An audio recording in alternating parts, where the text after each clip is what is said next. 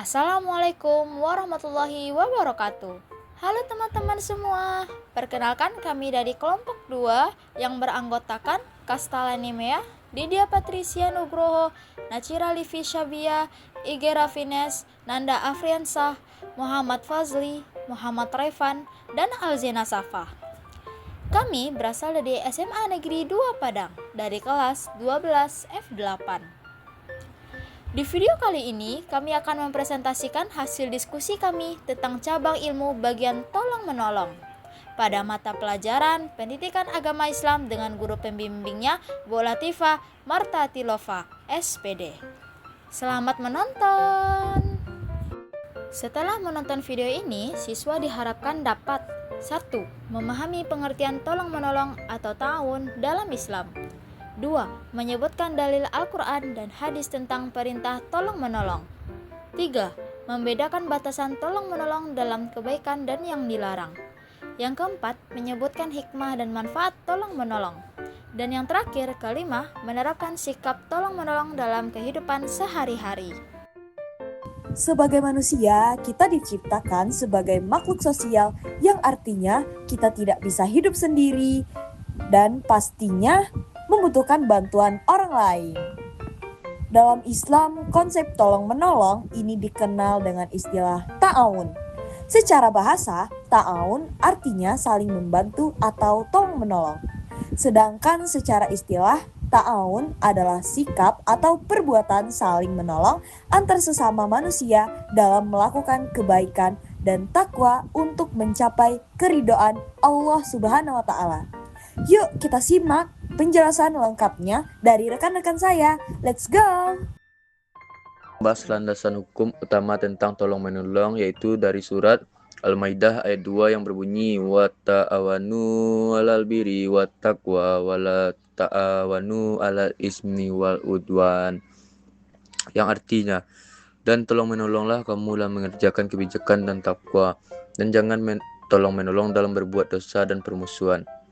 Dari ayat ini, Allah dengan jelas memerintahkan kita untuk saling membantu dalam hal-hal yang baik dan membawa manfaat. Sebaliknya, Allah melarang keras kita membantu orang lain dalam keburukan seperti membantu merencanakan kejahatan atau berbuat curang.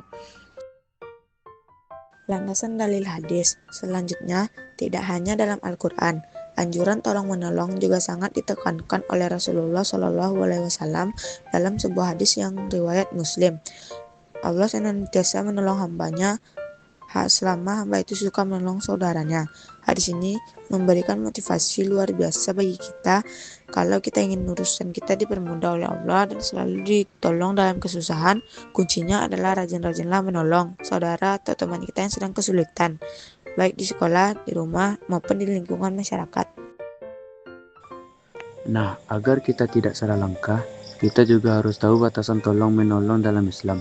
Tolong-menolong itu ada aturannya teman-teman, yang harus kita bantu atau kita dukung, yaitu segala hal yang bersifat kebaikan dan ketaatan. Contohnya, kerja bakti membersihkan kelas, membantu teman yang kesulitan memahami materi pelajaran, atau mengumpulkan donasi untuk korban bencana. Selanjutnya yang tidak boleh dibantu atau dilarang, yaitu hal-hal yang bersifat dosa atau melanggar aturan. Contohnya, membantu teman menyontek saat ujian, membantu menyembunyikan aksi tawuran, atau ikut menyebarkan gosip atau hoaks.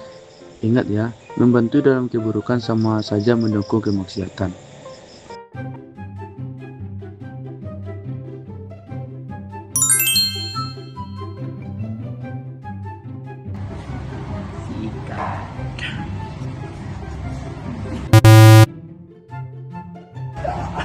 Jadi ini contoh yang tidak baik dari sikap tolong-menolong. Bro, ini mau sarung banget bro.